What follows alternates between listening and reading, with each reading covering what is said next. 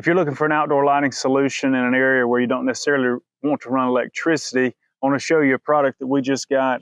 It came with 2 of these. As you can see, LED lights. The sides are adjustable, has a motion sensor here, and then the solar panel sets on top.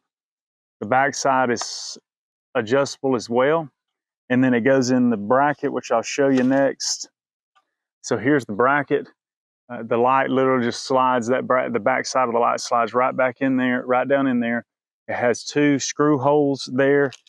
The screws are included, and also some keepers if you're putting them in sheetrock or something like that.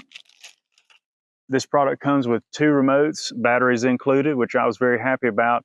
So I'm going to mount this up on this tree right here and on another tree. I'm going to show you what the area looks like in the daylight, and then I'm going to take another video at night to show you how well the area is lit by this light. All right, here they are.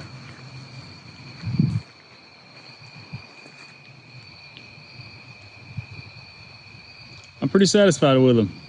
For the easy installation and the amount of light they put out, I think the kids are going to have some place to play.